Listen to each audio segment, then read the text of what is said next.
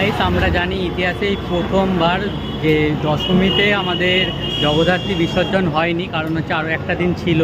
তো আজকে বিসর্জন, আর আমি এই মুহূর্তে রয়েছি চন্দননগরে। তো চলো তোমাদেরকে কয়েকটি ঠাকুর দেখাচ্ছি, যে মানে দিনের বেলায় কীভাবে প্রস্তুতি নেওয়া হয়, যে রাতে বিসর্জনটা ভালোভাবে লাইট সজ্জার সাথে করা হয়।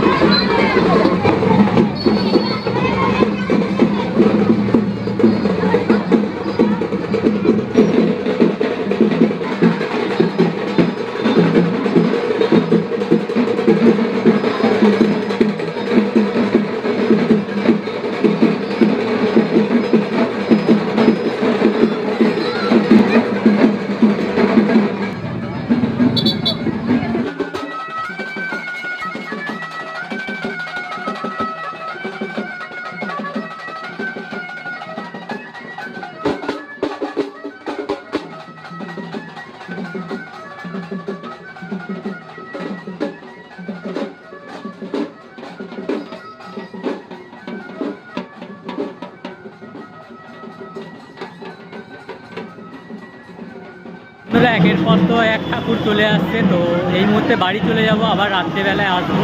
এখন বাজে প্রায় 1:30। তো যতটা পারলাম তোমাদেরকে দিনের বেলায় দেখালাম ঠাকুর কীভাবে, এত বড় বড় ঠাকুর লরিতে কিভাবে তোলা হয়।